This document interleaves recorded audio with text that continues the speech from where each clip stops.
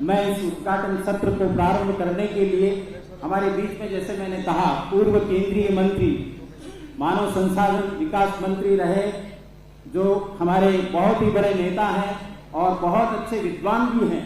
जब वो भाषण देते हैं, वक्तव्य देते हैं, तो उन्होंने हमसे कहा कि मैं जरूर आऊंगा इस कार्यक्रम में और मैं अपना वेद के विषय में, जो आधुनिक, क्योंकि वो साइंस के भी विद्यार्थी रहे हैं और आप सब जानते हैं जब वो पार्लियामेंट में भी बोलते हैं तो कितने प्रखर तरीके से।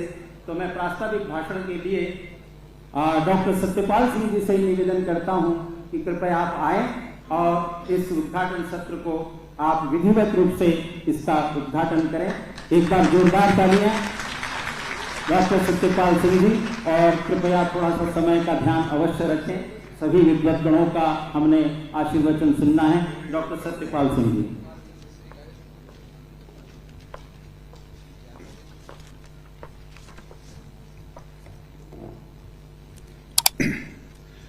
ओम अस्तो मा सद्गम्यः तमसो मा ज्योतिर्गम्यः मृत्योर्मा मृतं गम्यः इति। ओम शांति शांति शांति। इस अखिल भारतीय वेद विज्ञान सम्मेलन के मुख्य अतिथि, देश की लोकसभा में हम सब का मार्गदर्शन करने वाले, इस देश का मार्गदर्शन करने वाले लोकसभा के आदरणीय अध्यक्ष श्री ओम बिरला जी,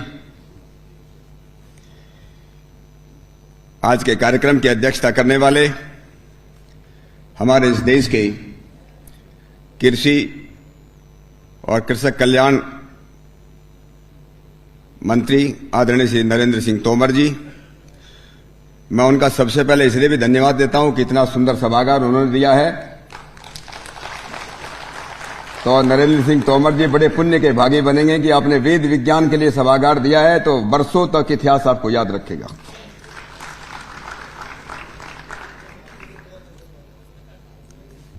हमारे साथी आदरणीय कृषि राज्य मंत्री श्री कैलाश चौधरी जी, जिनकी प्रेरणा से ये सब काम यहां पर हो रहा है, जो अध्यक्षता भी कर रहे हैं। परमार्थ निकेतन के अध्यक्ष पूज्य स्वामी चिदानंद जी सरस्वती महाराज, स्वामी प्रणवानंद जी सरस्वती, स्वामी आर्यवेश जी, आदरणीय आचार्य प्रद्युमन जी, पंडित प्रेमपाल शास्त्री जी, डॉक्टर आर.सी. अग्रवाल जी, हमारे सामने बैठे स्वामी जयंत सरस्वती जी, स्वामी संपूर्णानंद जी महाराज, संचालन करने डॉक्टर धर्मेंद्र शास्त्री जी, सभागार में उपस्थित सभी आदरणीय विद्वज्जन और वेद प्रेमी भाई और बहनों, हजारों लाखों सदियां बीत गई। काल का प्रवाह गंगोत्री से जिस प्रकार से गंगा निकलती है और हजारों लाखों वर्षों से बहती रही, ऐसे ही काल का प्रभाव भी बहता रहो। इस देश में पिछले हजारों लाखों वर्षों में कितने ग्रंथ लिखे गए, कितने शास्त्र लिखे गए, कितनी पुस्तकें लिखी गई। उन सभी पुस्तकों का, लगभग सभी पुस्तकों के लेखकों का नाम यह वो अक्षुण्ण रहा। कौन सी पुस्तक किसने लिखी, पर इन हजारों लाखों वर्षों के काल क्रम में हमारे किसी भी ऋषि ने, किसी भी महर्षि ने, किसी भी मुनि ने, किसी भी इतिहासकार ने आज तक वेद किसने लिखे ये कभी नहीं लिखा। ऐसा कैसे हो सकता है? क्या वेद का लिखने वाला कोई नहीं मिला? और हजारों लाखों वर्षों से हमारे ऋषि महर्षि ये कहते रहे कि वेद अपौरुषेय है। वेद तो ईश्वर की वाणी है। जिस परमात्मा ने, जिस भगवान ने इतनी सुंदर दुनिया बनाई हो, यह दुनिया केवल सुंदर नहीं है, यह दुनिया बहुत व्यवस्थित है, यह दुनिया बहुत ही वैज्ञानिक है, यह दुनिया बहुत ही उद्देश्यपूर्ण है। किसी को देखना हो तो अपने शरीर को ही देख लो, बाहर देखने की जरूरत नहीं। इस दुनिया के अंदर कहीं कोई कमी नहीं। हजारों लाखों साइंटिस्ट, दुनिया के साइंटिस्ट आज तक इस शरीर में कोई कमी नहीं निकाल पाए। आज तक किसी ने नहीं कहा कि आदमी के शरीर में 2 आंखें, एक आंख उसके पीछे लगनी चाहिए थी। किसी ने नहीं कहा अरे भगवान ने इस शरीर के अंदर 5-5 उंगलियां बनाई हैं हाथों में पैरों ने। किसी ने नहीं कहा 4 बननी चाहिए थी। किसी ने नहीं कहा कि 6 बननी चाहिए थी। किसी ने नहीं कहा कि हृदय का जो स्थान है वो लेफ्ट में क्यों रखा, उसको राइट में क्यों नहीं रखा। कितना व्यवस्थित, कितना वैज्ञानिक ये दुनिया की सृष्टि। जिस भगवान ने इतनी अच्छी सृष्टि दी हो, इतना अच्छा संसार बनाया हो, इतना वैज्ञानिक संसार बनाया हो, क्या इसको बिना ज्ञान दिए वो छोड़ देगा क्या? आज के इस पढ़े लिखे जमाने के अंदर भी, आज के इस वैज्ञानिक जमाने के अंदर भी कोई हम आदमी का बच्चा अगर उसको जंगल में छोड़ दिया जाए, उसकी बोलने की बात तो अलग है, वो दोनों पैरों पे खड़ा होना भी सीख नहीं सकता, नहीं सीख सकता। ये एक्सपेरिमेंट हुए, प्रयोग किए गए। जॉर्ज, इंग्लैंड के राजा जॉर्ज ने इसका प्रयोग किया। हमारे देश के अंदर अकबर ने इसका प्रयोग किया। और 18-18 साल के बच्चे न खड़े होना सीख पाए, न वो बोलना सीख पाए। आज भी जब तक बच्चे को सिखाया नहीं जाएगा, वो खड़ा होना भी नहीं सीख सकता, वो बोलना भी नहीं सीख सकता। जिस परमात्मा ने इतनी अच्छी सृष्टि बनाई हो, क्या इस दुनिया में रहने के लिए वो ज्ञान नहीं देगा?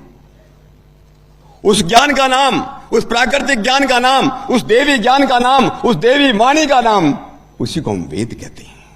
उसी को हम वेद कहते हैं। हम लोग तो क्या हैं? हम लोग अपने ज्ञान के ऊपर गर्व करते हो, हम घमंड करने लगे, ये तो दुर्भाग्य की बात है। आज से लगभग 5000 वर्ष से पहले महर्षि वेदव्यास ने महाभारत के अंदर लिखा, दोनों हाथ उठा करके कहा, अनादि निधना नित्याः वागुल सृष्टा संभुवा आदहो वेदमयी दिव्या यतः सर्वा प्रवर्तते। इस दुनिया के अंदर जो जिसका कभी निधन नहीं, जिसका कभी आदि नहीं, जिस वेद से सारी दुनिया चली हो, सारी प्रवृत्तियां चली हो, उसी को वेद ज्ञान महर्षि व्यास ने कहा। बहुत पता नहीं कितने लोग हैं, समय बहुत कम है, नहीं तो मेरे जैसा जो बहुत कम जानता है इस पर घंटों बोल सकता है। ये वेद का ज्ञान, ये वेद का ज्ञान। अब मैं एक पुस्तक लाया था, मैं अभी भूल गया।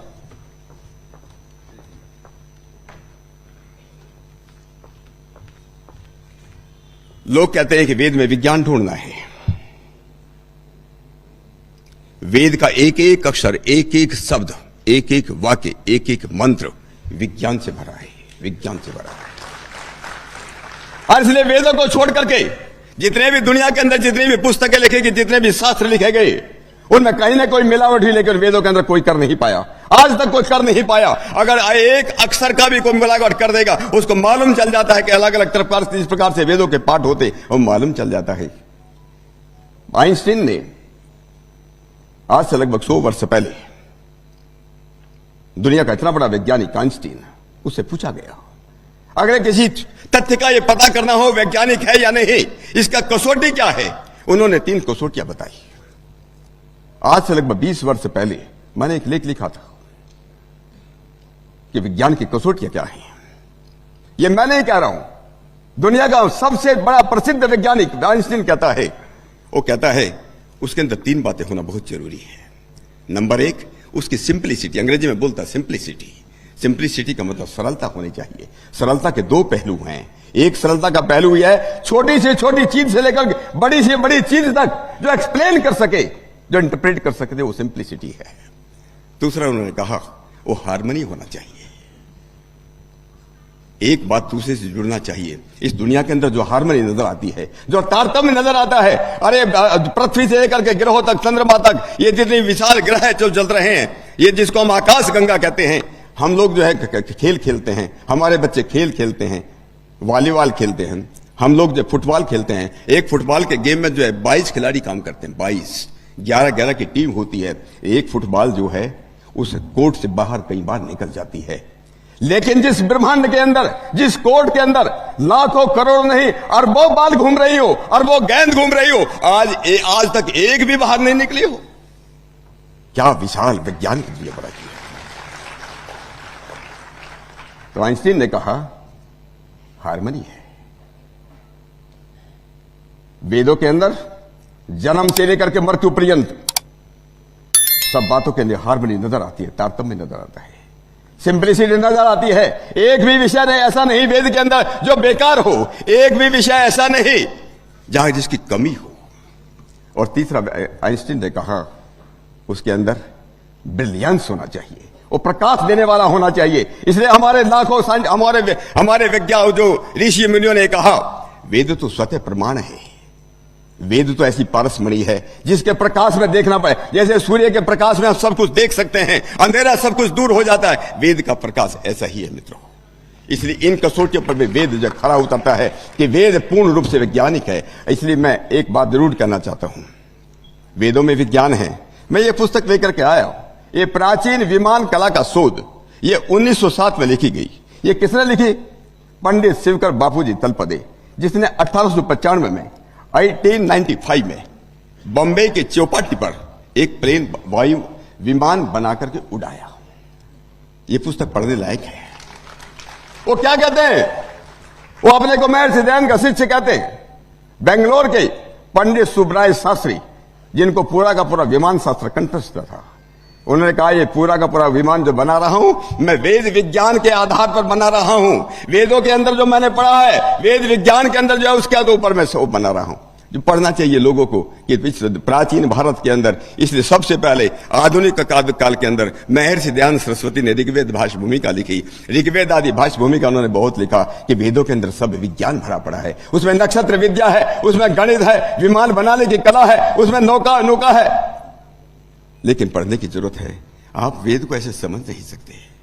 बहुत से लोग बोलते हैं, संस्कृत के बड़े बड़े विद्वान यहां पर बैठे हैं, वेद को ऐसे समझा नहीं जा सकता। वो देवी वाणी है। देवी वाणी ही सृष्टि के रहस्य को खोल सकती है। ये मानवी वाणी नहीं, एक मानवी वाणी है, एक देवी वाणी है। देवी वाणी को पढ़ेंगे तो ही सृष्टि के रहस्य खुलते चले जाएंगे। दुर्भाग्य इस देश का ये रहा कि अंग्रेजों के आने के बाद, अंग्रेज 700 वर्षों तक इस देश में मुगलों का, मुसलमानों का शासन रहा, वो इतना नुकसान नहीं कर पाए जितना नुकसान जो अंग्रेजों के 150 वर्षों के अंदर हुआ। उन्होंने शिक्षा पद्धति बदल दी, आज से शिक्षा पद्धति बदल गई, हम वेदों को भूलते चले गए। आज दोबारा जरूरत है, आज हमारे पास जो शासन है, आज हमारे पास जो सरकार है, पुनः इन वेदों को पुनः जागृत करने का काम कर रही है। इसलिए मैं आप अपनी तरफ से, आप सब लोगों की तरफ से इस देश के यशस्वी प्रधानमंत्री मोदी जी का भी आभार व्यक्त करता हूं कि हम अपनी विरासत की तरफ जा रहे हैं। विरासत के साथ विकास हमको चाहिए। मैं इस बात को बड़े दावे के साथ कहता हूं, अगर हमको शांति चाहिए, सुख चाहिए, समृद्धि चाहिए, दुनिया में पुनः विश्व गुरु बना इस देश को अगर बनाना है, वो बिना वेद विद्या के हो नहीं सकता। अभी मैंने कुछ दिन पहले प्रधानमंत्री जी को चिट्ठी लिखी है। मैं केवल 1 मिनट लेकर अपनी बात खत्म करना चाहता हूं। आप लोगों ने नाम सुना होगा विमान शास्त्र का। किसने लिखा विमान शास्त्र? यंत्र सर्वस्व किसने लिखा? महर्षि भारद्वाज ने लिखा। महर्षि भारद्वाज ने यंत्र सर्वस्व लिखा। अंशु बोध ने लिखी, उन्होंने आकाश तंत्र लिखा। महर्षि अगस्त ने आकाश तंत्र लिखा। तो आकाश में कहां तक जा सकते हैं? आकाश की परिधि कितनी है? कहां जाकर के हम उससे हमारी खत्म हो जाएंगे? कहां जाकर के शरीर भी फट जाएगा, विमान भी फट जाएंगे? ये जो है महर्षि अगस्त ने लिखा है। उसके बाद महर्षि शाक्टाय ने किताब लिखी। आज तक आजकल के वैज्ञानिकों को मालूम नहीं, महर्षि शाक्टाय ने लोह तंत्र लिखा। उस लोह तंत्र के अंदर लिखा है कि 3015 तरह की अलग अलग तरह की धातुओं का निर्माण हम कर सकते हैं और वेद विद्या पढ़ करके हम कर सकते हैं। ये महर्षि शाक्टाय ने लोह तंत्र के अंदर लिखा। और नारद मुनि ने एक ऐसी किताब लिखी, ऐसा शास्त्र लिखा जिसको वैश्वानर तंत्र बोलते हैं। उस वैश्वानर तंत्र के अंदर जो है महर्षि नारद ने लिखा है कि 101 प्रकार के गूढ़ प्रकाश हैं। 101 लाइट एक प्रकार की नहीं है। ये लाइट जिसकी हम बात करते हैं एक प्रकार की नहीं है, 101 प्रकार के गूढ़ प्रकाश हैं। और उन्होंने लिखा 1007 प्रकार की अग्नियां हैं। 1007 प्रकार की अग्नियां हैं। ये महर्षि नारद ने वैश्वानर तंत्र के लिखा है। मैं प्रधानमंत्री जी से मैंने रिक्वेस्ट किया है, मैंने ये विनती की है, इन शास्त्रों को समझने वाले लोग बचे नहीं हैं। एक व्यक्ति कोई भी हो, वो साइंटिस्ट हो, वेदों आज का वेदों का विद्वान देखना बड़ा मुश्किल हो गया है। मैं तो स्वामी जी महाराज आप बड़ा काम कर रहे हैं, आपका भी आभार व्यक्त करता हूं। हम वेदों को जो है इसको बचा करके कैसे रखें, इसलिए मैंने प्रधानमंत्री जी से विनती की है, एक टीम बना, ऐसे कई टीम बनाई जाए कई टीम उसमें वैज्ञानिक भी हों, वो हमारे संस्कृत साहित्य के विद्वान भी हो, वेदों के विद्वान भी हो, व्याकरण के विद्वान भी हो, और हमारे इंजीनियरिंग के विद्वान भी हो, सब मिलकर के इन जो लगभग 10,000 शास्त्र जो है, शिल्प शास्त्र है, पिन से बना करके वायुयान बनाने की जो विद्याएं हैं, ऐसी कोई बात नहीं। भृगु संहिता ने, महर्षि भृगु ने एक भृगु संहिता लिखी है। उन्होंने कहा 10 प्रकार के शिल्प शास्त्र हैं, 32 प्रकार की विद्याएं हैं, 64 प्रकार की कलाएं हैं। किसकी कितनी बात करें, कितना विज्ञान भरा पड़ा है इस वेदों के अंदर।